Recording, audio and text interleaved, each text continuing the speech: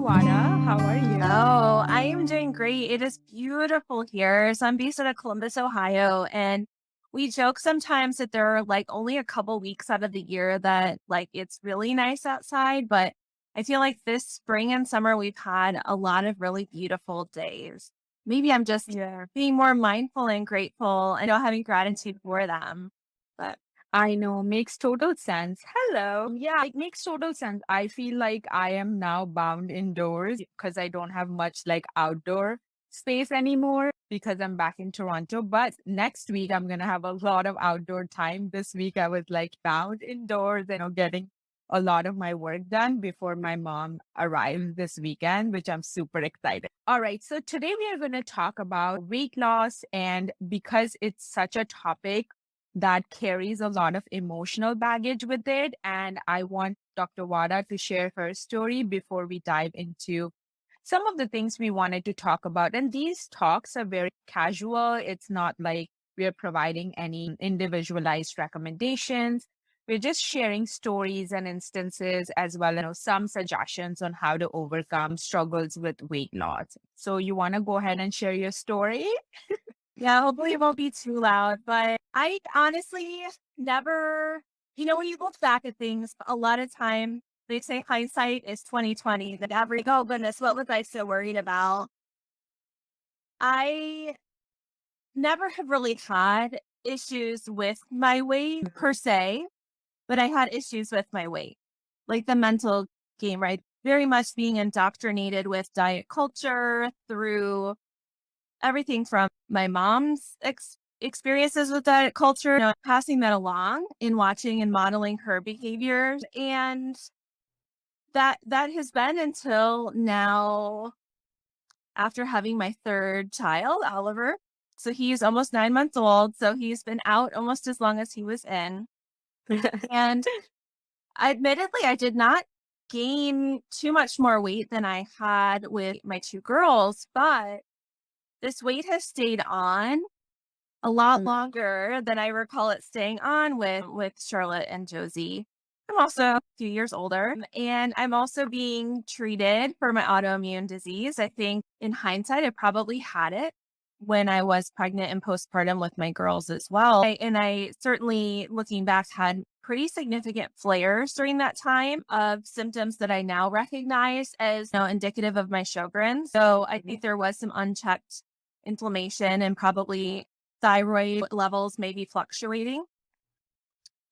Now that little bit extra is still on board. And this last week, seeing a relatively longer term patient who is a little younger than I am. She's a mom as well. And I don't remember exactly how she put it, but she was like, you look fatter or like you've gained weight. And I'm like, you used to be really skinny. And I was like, oh, and so first of all, you have that fight or flight or I can freeze in my survival mode, sympathetic state. But then and my first thought was to be like, poor you, like I was hurt.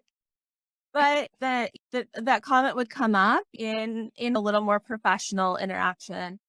But I also then tried to really quickly reframe that in the sense of compassion and rejecting some of those initial thoughts that my brain goes to.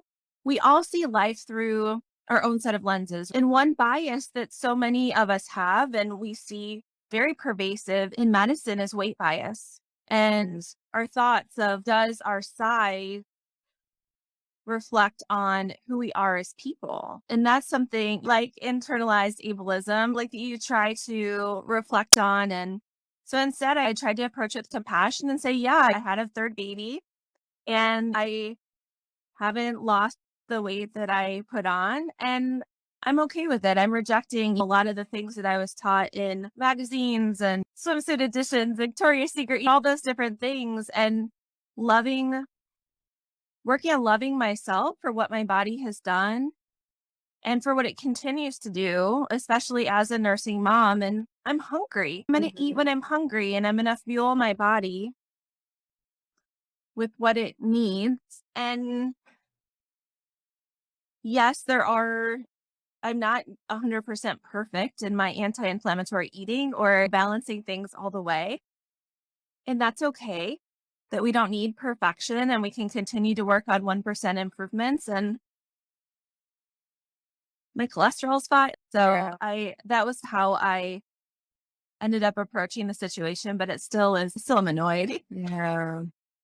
Yeah, and I want to play a little bit of a devil's advocate here. Like, I Uh, feel like, yeah, nobody should make any comments on our body size because they don't know like our dieting history, if we have eating disorders, disordered eating, if we have anorexia, if we've had anorexia in the past, which we got treated for. So I think a lot of trauma can come up if someone makes a comment like that to us. Number one, it's just not respectful to comment on anyone's body size. But the other day, I was talking to one of my at the time prospective client who is also a doctor, and now she decided to do the nutrition coaching. And we were having a conversation around the balance between health and every size, and also the need to lose extra weight, which can also increase inflammation in the body because of the adipose tissue. yeah. Now, I want to say this very cautiously because women go through so many phases in their lives, and weight loss or like the attempt to lose weight needs to be coordinated or needs to coincide with the time in your life where you're really ready to take on that approach, because it's not like you do a few things, you lose weight and it's going to stay, you're going to keep the weight off. As soon Yeah. as those strategies are out of the picture, you're going to gain the weight back or more. This is what I see. So I feel like if you are postpartum and if you're trying to lose weight and cutting calories and exercising more, you're doing more harm to to your metabolism, and it's going to just create more stress in your body, which your autoimmune illness doesn't need, because then that's going to result in a flare, and that flare is going to sabotage your weight loss progress if you've had any. So I think like postpartum phase is good for trying to lose small amounts of weight without attaching to that outcome of the number on the scale, because there could be like so many non-scale victories that we can like think about, for Yeah. instance, better Well, energy. yeah. Yeah. That's been mine and like keeping up my strength so that I can pick up this like behemoth of a little boy who's Yeah. over 20 pounds and being able to hold and carry him and have like that Mhm. strength, especially back in my core and my back muscle to hold him when he needs snuggled. Like that, to me, that is a much higher priority now than fitting back Mhm. into my size, whatever gene. Yeah. Yeah. And reduce like joint pain so you're able Mhm. to pick him up at the strength, Absolutely. the reduced morning brain fog because you're following a more anti-inflammatory eating pattern. And again, we never preach perfectionism because it's a myth. It doesn't exist. We just always prioritize progress over perfectionism. But I also feel like approaching being overweight and obese in the autoimmune illness space with a lens of utilizing strategies to help reduce that extra fat in the body is beneficial. Emphasizing if you're postpartum, if you want to lose weight, you really have to be focusing on the amount of calories you need for breastfeeding and then the exercise that you do and all of that. It's like a whole thing. I work with my clients on that. But if you're not postpartum, or if you're just like in a really good place in your life, your medications are working and you feel like, okay, I want to lose some weight, I think not rejecting the idea of weight loss and being okay with extra weight I is also going to do more harm, especially in autoimmune illness, because we know that pro-inflammatory cytokines, which is just like the cascade of inflammation, starts in the adipose tissue, the fat tissue in our body. And so I feel like approaching weight loss from a lens of like sustainability and losing 1 to 2 pounds a week and uh, strengthening your body. I think these are the main things to look at when trying to lose weight instead of a quick fix. I think I said all these things to say that there is no quick fix, especially when you have an autoimmune illness. You can't really follow the strategies and the diet that are meant for a male body and also for someone without autoimmune illness. Because I'm sure there are so many pieces of the puzzle, the chronic inflammation, so many symptoms, imbalanced gut microbiome, nutrient deficiencies. All of these are factors that need to be addressed first before we even jump on to like the numbers game of the calorie deficit and all of that to actually start losing weight. Because if we don't address the fire that is related to autoimmune illness, then weight loss is not going to happen, or it will happen with quick fixes, but it's not going to be sustainable and enjoyable. I think enjoyable weight loss sounds so much better than cutting out foods and over exercising, which again, autoimmune illness warriors have difficulty with. And so they feel guilty that I'm not able to exercise. And and just knowing that structured exercise only plays like 10% role in burning calories in your body. There are like so many other things you can do while living in a body with autoimmune illness that is still going to help with reducing inflammation, better blood sugars, and all of these things I'm going to dive into my free masterclass today, Hormonal Mastery at 1 p.m. And if you register, you will still have access to the replay. Oh, And wow. That's awesome. yeah, yeah, you can join the group. Make sure you join the Facebook group because that's where the replay will live for 7 days. And so you can watch it, take notes, and start implementing. Like my master classes are not heavy on information, they are, but also like strategies. I know everyone loves strategy and everyone loves like potent things that they can do right away. And that's how I've designed the masterclass. And we're going to be discussing a lot of these things in the masterclass as well that we are talking about. So I know we've talked a lot about this idea of our big picture goal is to make sustainable and slow and More steady the sexy. new sexy. Yeah. And I think that also my other piece to that is this idea of making self compassion sexy too. Talked about like this idea, and I, for the longest time, saw exercise as something that had to hurt or had to be like punishing in some way. Yeah. I didn't consciously think, but I know now that was going on in the background. Yeah. And I think so many of us go through life, and I've talked a lot with my own coach about this with in different ways, that we feel like something has to be really hard to be worthwhile. But really doing things that are very simple and sustainable over the long term is how you can really make huge strides. It's just like an airplane readjusting their trajectory by 1 or 2%, and you get out an hour or two and you're in a completely different destination. Yeah. No, makes total sense. And I think like it's also the real day-to-day things instead of the eagle's eye view. So I think of the rule-based diets as more like generic eagle's eye view. Do this, follow this meal plan for 21 days. Great, amazing. You followed it, you felt great. And what happened after?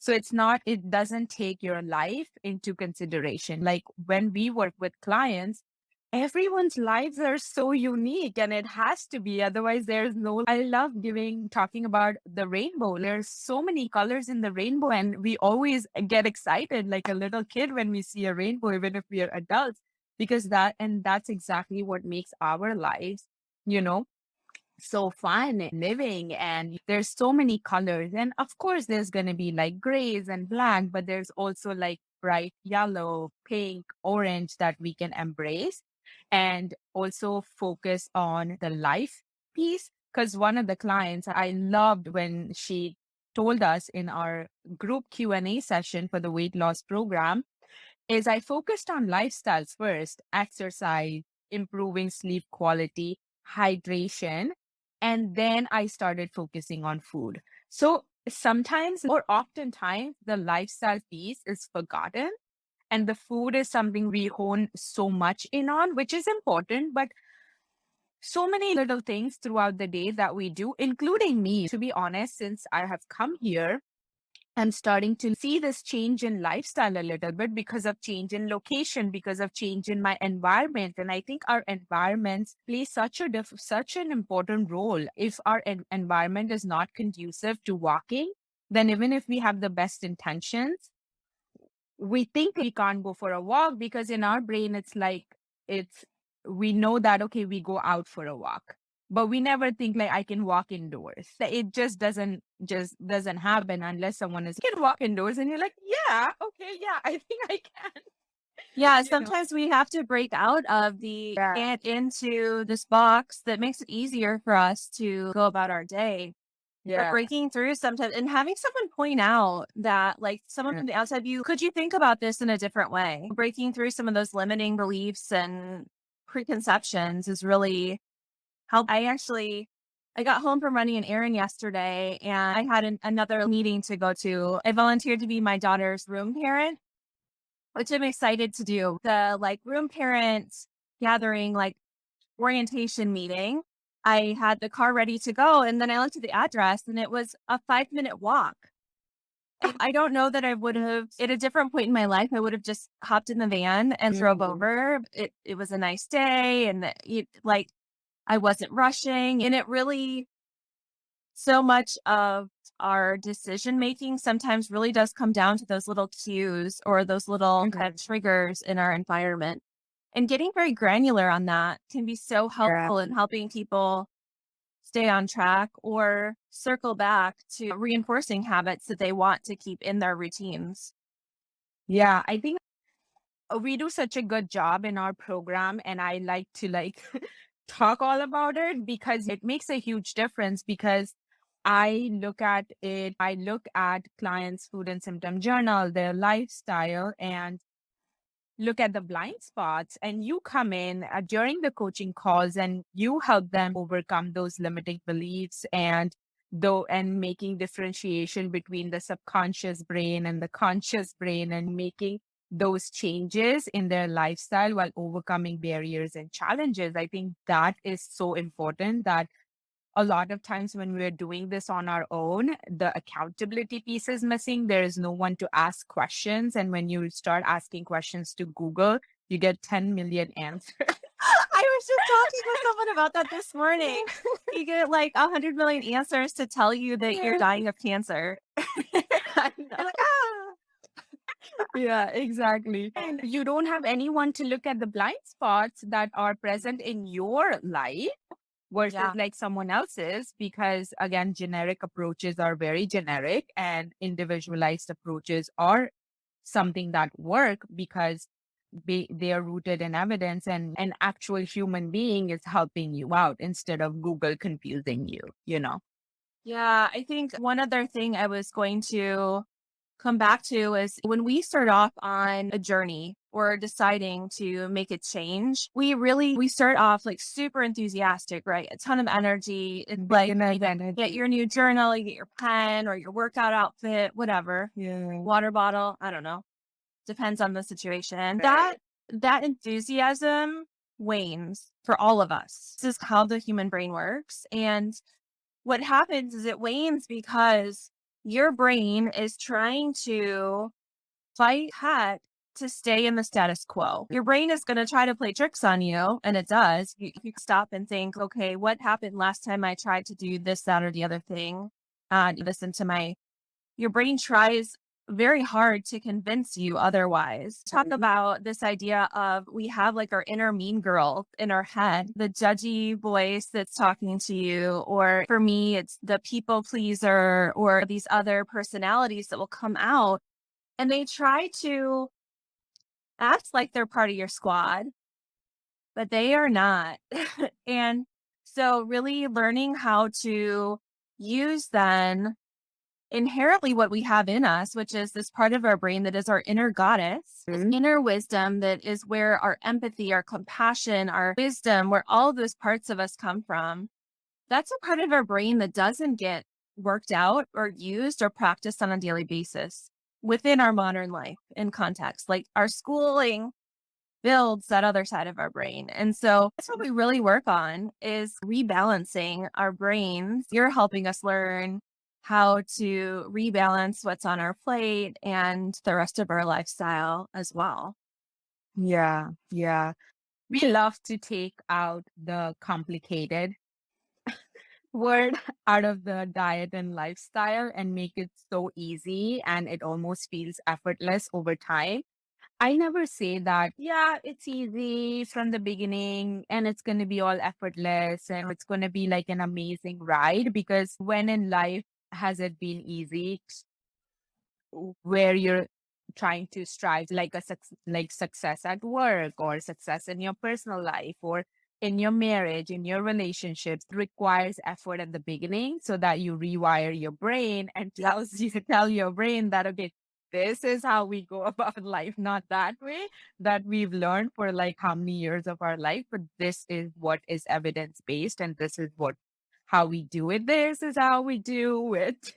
And then our brain is, okay, I get it. I get it. Yeah. I need to calm my nervous system. I need to like focus on lifestyle pieces. I need to like really hone in on one day at a time versus how many Yep. calories do I need to cut and how much exercise do I need for weight loss because it never pans out that way and Yeah. the metabolic, the negative impact on our metabolism. And then we are wondering and saying, oh, perimenopause is the reason why I'm not losing weight, or menopause is the reason why I'm not losing weight. But when you actually dig deep, like when I dig deep with my postmenopausal women clients, they lose weight effortlessly, but strategies and mindset Yeah.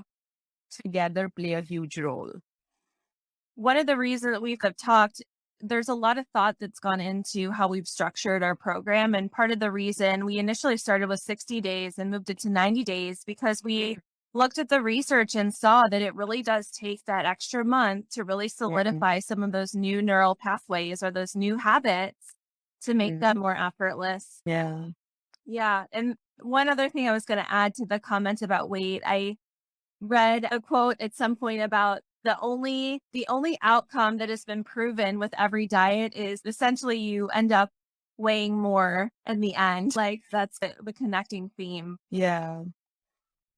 Yeah. I don't think it's about the eliminations at all, which we love to do in our life. Like, I am the same too. I was the same when a lot of times it was all about eliminations. And after going through dietetic school and internship and all the years' experience with working with women, there's so much going on in our female bodies that nobody is talking about, let alone like its relationship with autoimmune illness, its relationship with weight loss, and its relationship with like our gut microbiome and so many things. There Yeah. are so many pieces to the puzzle which are not even talked about, but are so important because, again, I always like to talk about our female body, all the diet strategies, keto, intermittent fasting, everything. The research is on Fun. I know. Kira was talking about yeah.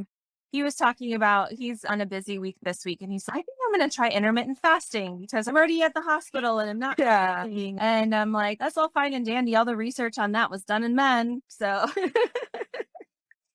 and we I saw know. that. Yeah. No, one quick thing. I was talking with author Donna Jackson Nakazawa recently about like even in mouse models, they only use male mice to look at like the effects of hormones on our nervous system up until maybe 10 years ago. And that's been Mhm. across the board with a lot of research. They eat Yeah. happy hormones. Yeah, something I'm going to be talking about, which I'm like so like bubbly and excited about during the masterclass, was only discovered in 1994, which is like years after I was born, even. So I get Yeah. excited. I'm like, this was discovered after I was born. This is amazing. So Yeah. it's like it's new research, and once we know, like when I was working on probiotics in my grad school, I didn't think that gut would become such a huge a topic of interest. Yeah. I was looking at, okay, whether the probiotics are surviving the stomach system and going to the intestine and really flourishing and thriving there. That was my thing because, and my professor, obviously, she led it and I did the work. But now it's become so mainstream. So I feel Yeah. like even with the gut and its connection with autoimmunity and so many like lifestyle factors and hormones, now it's mainstream. So anything that is like recently like published about or recent discovery, there it's we know for a fact that more and more research is going to happen even in autoimmunity. Absolutely. And then we are going to learn more and more about it. But I like to bring up these topics, new topics, because it just brings so much awareness. Yeah. And No, I mean, makes you more better advocate. absolutely. It's interesting. I was talking with a colleague this morning about how much we've learned and how much has changed within the field of immunology since I finished my training. So I wrapped up my training 2016, 2017. And at the time, our textbook for like our immunology textbook, it had one skinny little chapter on the gut. And it didn't even have, there wasn't even a chapter on the immune system in the nervous system. All of that is new. And it's just making its way down into medical education, let alone out to the public. Yeah. You won't believe it. In my dietetics internship, like there was no rotation based on autoimmunity. Nobody talked about it. I just connected all these dots based on my grad school research in gut health and anti-inflammatory diet and my personal experience with my mom with chronic pain and musculoskeletal pain and how some of the dietary changes or have helped her, like the whole anti-inflammatory diet and lifestyle has helped her with her symptom management. And that's when I started to dig into research and learn more and more about it. Because, yeah, in my dietetics internship, we were not taught about autoimmunity at all. And I'm like, one day, maybe next year, I'm going to go back to my internship and start a rotation on autoimmunity and nutrition because it requires a specialized and very individualized approach. It's not something that you can just find on Google and actually just execute. It's brought in so many pieces of the puzzle, and that's the program now with so much research just on my own and with clients, your past clients like yourself, and now supporting me in the practice. No, I'm so excited. I'm actually going to get to share a little bit of this with our Department of Rheumatology. So I was asked in a couple of weeks to give grand rounds. And so putting together my presentation just on what is the science and the role behind using lifestyle to decrease inflammation. And I'm really excited to share that with them as a colleague and also as one of their patients too. Yeah. Yeah. I think building awareness is so important in this area. And that's what we try to do in our Facebook groups on your podcast, which if you guys haven't subscribed to Kara's podcast, you want to talk a little bit about your podcast? Yeah, so that's an amazing free resource and our YouTube channel. Yeah, so we have the Crunchy Allergist podcast and YouTube channel. Our YouTube channel still does not have a super fun URL because you need 100 subscribers to get that customized URL. So if you wouldn't mind going over and subscribing, then we can have a cool URL. But we share all sorts of great information, bring in amazing colleagues and other resources and folks we've connected with to talk about all things allergy, autoimmunity, anti-inflammatory living across the board. And when I think about that idea of anti-inflammatory living, it really is seeing that from the broadest sense of body, mind, soul, spirit, all of those things. Yeah. Yeah. Yeah. Amazing. I'm gonna. Yes, you have to go get ready. Get some water. I know I need to get some water, get situated. Someone says, thank you for sharing your findings with others to help us. Absolutely. Our DMs are open. Of course, like we can't provide individualized advice in our DMs, but if you want to learn more about how we can support you through our free resources, paid programs, anything, please reach out to us and we're here to support you. Absolutely. All right. I'm so excited. And I'm excited. I think I'm going to have to tune in to the replay, but I am going to be curled up watching that after I get the kids to sleep tonight. Sounds good. Awesome. All right. Take care. Thank Talk to you for soon. joining us. Bye. Bye-bye.